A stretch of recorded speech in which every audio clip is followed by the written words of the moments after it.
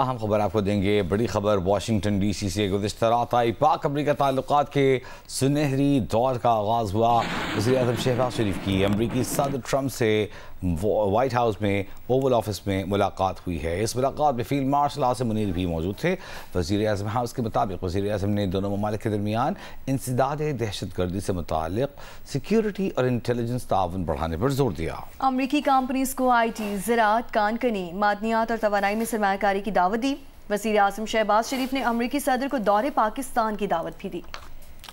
वज़ीर-ए-आज़म शहबाज शरीफ और field marshal Asim Munir के साथ मुलाकात से कबल अमरीकी सदर ट्रंप ने वज़ीर-ए-आज़म शहबाज शरीफ और फील्ड मार्शल आसिम मुनीर को अजीम रहनुमा और शानदार शख्सियत करार दे दिया।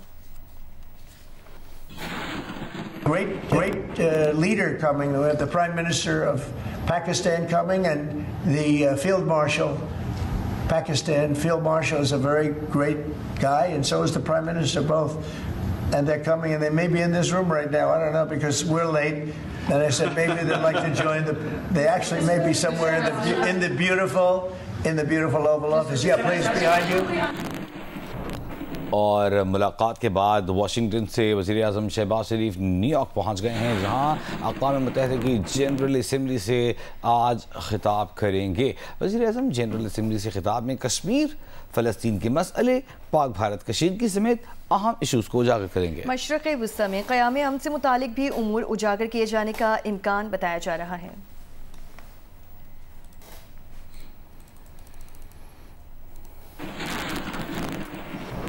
एक बार फिर पाक भारत टाकरा। एशिया कप के फाइनल में दो रिवायती हरीफ इतवार को दुबई में आमने सामने होंगे। एशिया कप की 41 साल तारीख में पहली बार दोनों टीमें फाइनल में मद्दे मुकाबिल होंगी। पाकिस्तान के हेड कोच माइक हेसन का कहना है कि दबाव वाले मैचेस में जज्बात का उभर आना फितरी बात है, मगर खिलाड़ी अपनी तवानाई खेल पर मरकूज रखें। हेड कोच पुरुमीद हैं कि मुसलसल कामयाबियों से टीम ने ये एतमाद हासिल कर लिया होगा। खिलाड़ी इस तारीखी मौके से फ़ायदा उठाने के लिए पुरआज़्म हैं।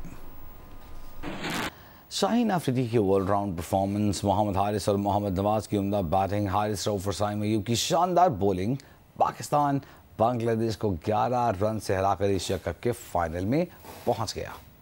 अबुधाबी में पाकिस्तान का आगाज अच्छा ना रहा। साहबजादा फरहान 4 रन बनाकर आउट हुए। साइम अयूब 0 पर गए। फखर जमान 13, हुसैन तलत 3 और कप्तान सलमान अली आगा 19 रन बनाकर आउट हुए तो 49 रन पर आधी टीम पवेलियन लौट गई। शाहीन आफरीदी को प्रमोट किया गया। उन्होंने 2 छक्के लगाए, 19 रन बनाए। मोहम्मद हारिस 13 गेंदों पर 31 और मोहम्मद नवाज 15 गेंदों पर 25 रन बनाने में कामयाब रहे। फ़हीम अशरफ 9 गेंदों पर 14 रन बनाकर नॉट आउट रहे। पाकिस्तान टीम ने 8 विकेट पर 135 रन बनाए। बांग्लादेश के 136 रन के हदफ के ताक़ुब में शाहीन आफरीदी ने पहले ही ओवर में परवेज हुसैन को 0 पर चलता किया। तौहीद हृदय 5 रन बनाकर शाहीन ही का शिकार बने। पावर प्ले के आखिरी ओवर में हारिस ने सैफ हसन की अहम विकेट हासिल की। मोहम्मद नवाज ने मेहंदी हसन की विकेट ली तो साइम अयूब ने 4 ओवर्स में सिर्फ 16 रन देकर नूरुल हसन और जाकिर अली को पवेलियन भेजा। शमीम हुसैन बांग्लादेशी जीत की आखिरी उम्मीद थे।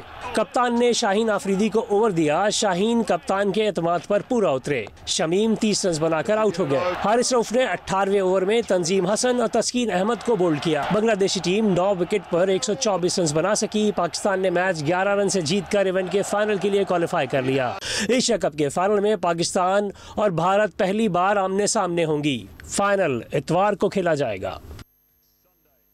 और खेल में सियासत लाने पर भारतीय कप्तान सूर्य कुमार यादव को ICC match referee Richie Richardson की सरजनिश। पाकिस्तान क्रिकेट बोर्ड की शिकायत पर सूर्य कुमार यादव को समाअत के लिए बुलाया गया। भारतीय कप्तान ने गलती का एतराफ़ कर लिया। ICC ने दोनों तरफ के मौक़िफ़ सुनकर समाअत मुकम्मल कर ली। केस का तफसीली फैसला आज सुनाया जाएगा।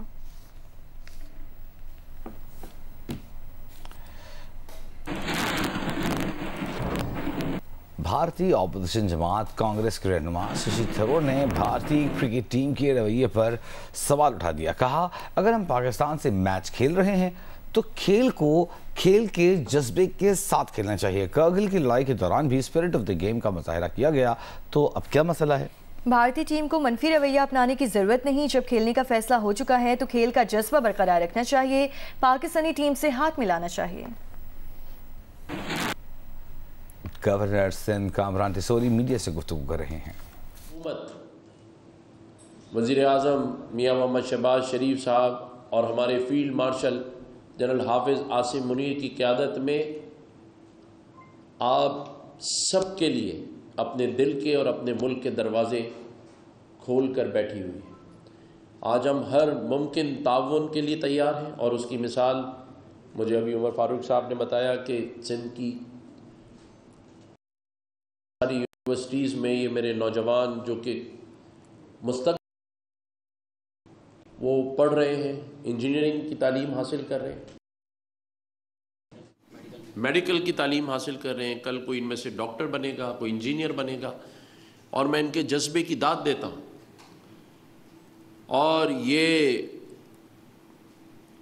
इज़राइल के लिए एक आईना है कि जुल्म, बर्बरियत, शहादतें, यतीम बच्चे, लेकिन इनका हौसला, इनकी हिम्मत को सलाम है।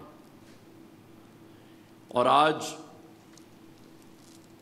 दुनिया देख रही है कि सारी दुनिया की आवाज़ उठाने के बावजूद इज़राइल अपने मकासद के लिए बढ़ रहा है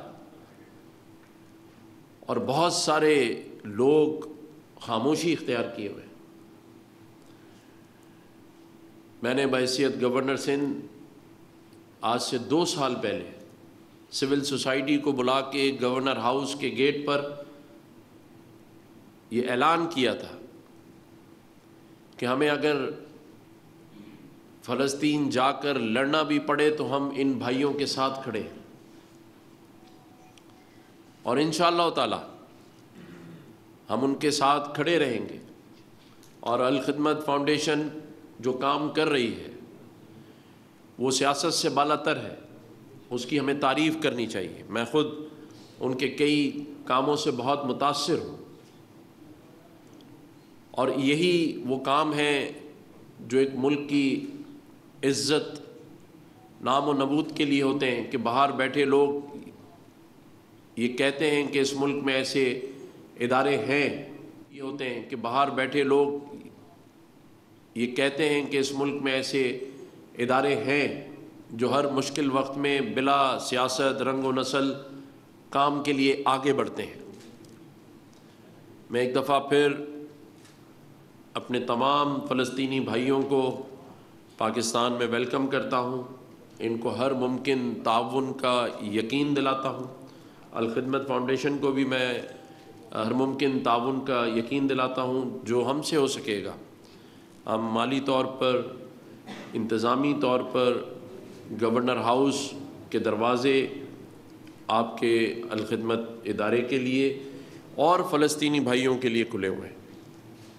यहाँ पर मेरे प्रिंसिपल सेक्रेटरी बैठे हैं, मिलिट्री सेक्रेटरी भी बैठे हैं। मैं इनको कह रहा हूँ कि एक फ़लस्तीनी मुसलमान भाइयों के लिए एक सेल बनाएं। ख़त्म करना है। जब ये तक़सीम ख़त्म होगी तो गुर्बत किसी को इसका जुर्म नहीं लगेगा, क्योंकि इंसान की ज़हन व क़ल्ब में जब बराबरी की सोच हमार होती है तो ये माशरे में सुकून और ठहराव की अलामत साबित होती है और फिर यही सुकून इंतहा पसंदी के ख़ात्मे का ज़ामिन होता है। सादा सी बात है कि हम सब ने मिलकर इन वजूहात को जड़ से उखाड़ना है जो माशरे में इंतहा पसंदी को परवान चढ़ाते हैं। ख़वातीन और हज़रात, जब हमें सूबा खैबर पख्तूनख्वा का जिक्र होता है तो बदकिस्मती से इंतहा पसंदी व दहशतगर्दी का नाम सामने आ जाता है, लेकिन इस सूबे की आवाम और इसकी सरजमीन की मुस्बत इमेज की एक तारीख़ रही है। ये मुस्बत इमेज हमारे नौजवानों के ज़हनों, हमारी रिवायात, इक़दार, सकाफ़त और आज भी। गवर्नर खैबर पख्तूनख्वा फैसल करीम कुंजी तकरीब से खिताब कर रहे थे और कामरान टिसोरी भी इस वक्त तकरीब से खिताब कर रहे हैं। और अब बात करेंगे कराची के ज़िला गरब में टीएमसी और औरंगी यूसी के एक बल्दियाती ज़िमनी इंतखाब में वोटों की दोबारा गिनती के बाद रिटर्निंग ऑफिसर ने टीएलपी के उम्मीदवार मोहम्मद अली को चेयरमैन की नशिस्त पर कामयाब करार दे दिया। किरण खान, नुमाइंदा जियो न्यूज़ हमारे साथ मौजूद हैं। किरण, क्या तफसीलात हैं आपके पास? जी बिल्कुल, कराची जिला गरबी की टीएमसी औरंगी टाउन यूसी 1 की चेयरमैन की नशिस्त पे जो 24 सितंबर को ज़िमनी इंतखाब हुआ था उसमें जो है दोबारा गिनती हुई है 12 पोलिंग स्टेशंस की, जो कि कल भी हुई और आज भी हुई, जिसमें 7 पोलिंग स्टेशन पर गिनती जो है वो TLP की दरख्वास्त पे की गई थी, जबकि 5 पोलिंग स्टेशन से दोबारा गिनती की दरख्वास्त पीपल्स पार्टी ने की थी। दोबारा गिनती के बाद जो TLP के उम्मीदवार हैं मोहम्मद अली, वो 1787 वोट लेकर जो है कामयाब हुए हैं, जबकि पीपल्स पार्टी की उम्मीदवार शनीला आमिर दूसरे नंबर पर आई हैं जिन्होंने 1600 वोट हासिल किए। इससे कबल जो ज़िमनी इंतखाब के दिन रिजल्ट आया था उसमें शनीला आमिर ने 3801 वोट हासिल करके वो कामयाब करार पाई थी, जबकि TLP के उम्मीदवार 1787 वोट्स के साथ दूसरे नंबर पर थे। ताहम दोबारा गिनती के बाद अब ये रिजल्ट जो है वो चेंज हो गया है और TLP के उम्मीदवार मोहम्मद अली को कामयाब करार दिया गया है। जी बहुत शुक्रिया किरण खान आपका। और पाकिस्तान स्टॉक एक्सचेंज में तेजी की लहर, 100 इंडेक्स को 1,60,000 से ऊपर ले गए। इससे मुतालिक मजीद बताएंगे रियाज सेंटी। जी रियाज सेंटी बताइए। ऑलराइट, सो स्टॉक मार्केट के अंदर जो रैली है वो 1,60,000 भी उबूर कर गई है। तो सबसे पहले तो मैं आपको ये चार्ट दिखाना चाहूंगा कि आज जो मार्केट ने स्टार्ट किया है फिर से जंप गैप के साथ किया है और फिर वो माउंटेन जो है वो बढ़ते बढ़ते ऊपर जो गया है वो 1,61,800 में कहीं रुका है। 62 जो है वो बहुत करीब है। तो यस, मार्केट चल रही है। इस साल यानी जनवरी से अब तक मार्केट 40% बढ़ चुकी है और पिछले साल सितंबर से इस साल सितंबर का अगर कंपेयर करें तो 98% मार्केट बढ़ चुकी है। ओवरऑल यस, बहुत सारी चीजें हैं जो मार्केट को पुश कर रही है ऊपर की तरफ। एंड कुछ एक जो हमेशा कंसर्न होते हैं मार्केट के अंदर और यहाँ पर भी एक जो कंसर्न है वो ये है कि इंटरनेशनली जो जियोपॉलिटिकल सिचुएशन है वो क्या रंग लाती है। वो भी इस वक्त ऐसा लगता है कि पाकिस्तान के फेवर में है। तो वो जो 10 मई के बाद जो शुरू हुई है एक सिलसिला रैली का, वो बीच में कुछ ना कुछ रिट्रेसमेंट भी करती रही है मार्केट, लेकिन ओवरऑल चल रही है और इस वक्त मार्केट 1,61,681 पर है। इंडेक्स 2,400 पॉइंट इजाफे से इजाफा है। जी। कराची के जिना अस्पताल में ज़ेर इलाज कोंगो वायरस का मरीज दम तोड़ गया। 28 साल शख्स को तेज बुखार और पेट में तकलीफ की शिकायत पर अस्पताल लाया गया था। जियो न्यूज़ की नुमाइंदा शवाला असलम हमारे साथ मौजूद हैं। शवाला, क्या तफसीलात मिली हैं आपको इससे मुतालिक? बिल्कुल, देखें, जिना अस्पताल में ज़ेर इलाज कोंगो का मरीज इंतकाल कर गया है और अब से कुछ ही देर पहले ये डेथ रिपोर्ट हुई है। 28 साल के शख्स को तेज बुखार और पेट में तकलीफ की शिकायत पर दाखिल किया गया था और कोंगो में मुब्तला शख्स पेशे के एतबार से कसाब भी था, जबकि अस्पताल काम के मुताबिक मरीज को 2 रोज कबल जिना अस्पताल लाया गया था और आज सुबह कोंगो की तस्दीक भी हुई थी, जिसके बाद जो डेथ है वो रिपोर्ट हो गई है कोंगो से। और कराची में अब तक कोंगो से अगर हलाकतों की बात करें तो 3 डेथ इस साल रिपोर्ट हो चुकी हैं। जी बहुत शुक्रिया शबाला आपका।